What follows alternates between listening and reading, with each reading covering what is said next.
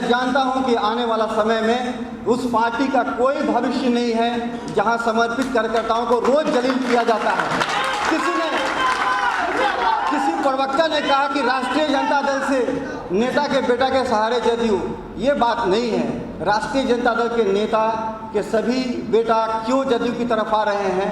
क्योंकि वह अपने पिता को रोज जलील होते हुए देखते हैं कार्यालयों के अंदर। राष्ट्रीय Janata Dal A to Z party कह करके आजकल अपने प्रचार प्रसार में लगी हुई है, लेकिन ठीक चुनाव के पहले राष्ट्रीय जनता दल के जो आज नेता प्रतिपक्ष तेजस्वी जी हैं, उनका बयान आया चुनाव के पहले कि A to Z क्या है, किस प्रकार से उन्होंने जातीय टिप्पणी किया खुले मन से। ये सब लोगों ने, हम सब लोगों ने देखा। एवं तमाम वरिष्ठ नेतागण, मीडिया से आए हुए भाई बंधु, बैठे हुए पार्टी के कार्यकर्ता, और मेरे लिए सबसे बढ़कर सबसे अजीज जो मेरे साथी रामगढ़ से यहाँ चल करके आए हैं, उनको मैं बहुत धन्यवाद प्रकट करता हूँ। इस अवसर पर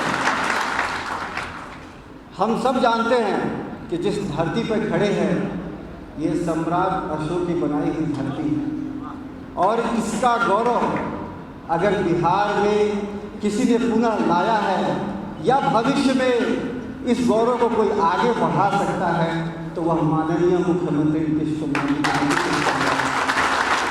आज़ादी के बाद जब सरकार आई, बिहार एक जनसंख्या घनत्व के दृष्टिकोण से एक जटिल प्रदेश है, लैंडलॉक्ड है, और यहाँ पे विविधताएं भरी हुई है। भौगोलिक हो चाहे इंसानी हो, धार्मिक हो चाहे जातीय हो, लेकिन इन तमाम जटिलताओं के बावजूद सबसे बेहतरीन समावेशी विकास का अगर समाजवादी मॉडल इस देश में कहीं स्थापित हुआ है तो माननीय नीतीश कुमार जी के नेतृत्व में हुआ है। साथियों, आज इस अवसर पर मैं ज़्यादा नहीं बोलूँगा, लेकिन बहुत सारे सवाल लोगों के मन में है कि राष्ट्रीय जनता दल छोड़ करके जदयू की तरफ बढ़ने के क्या कारण हैं।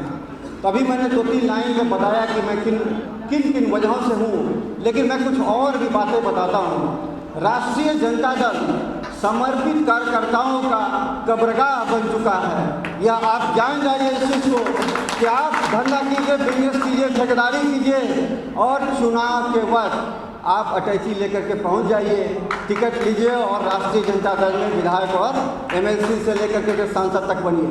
कुछ अपवाद हो सकते हैं, मैं अपवाद की बात नहीं कर रहा हूं, लेकिन ये सत्य है और पूरे बिहार के लोग इस बात को जान रहे हैं आज के दिन में। राष्ट्रीय Janata Dal A to Z party कह करके आजकल अपने प्रचार प्रसार में लगी हुई है, लेकिन ठीक चुनाव के पहले राष्ट्रीय जनता दल के जो आज नेता प्रतिपक्ष तेजस्वी जी हैं, उनका बयान आया चुनाव के पहले कि A to Z क्या है, किस प्रकार से उन्होंने जातीय टिप्पणी किया खुले मन से। ये सब लोगों ने, हम सब लोगों ने देखा।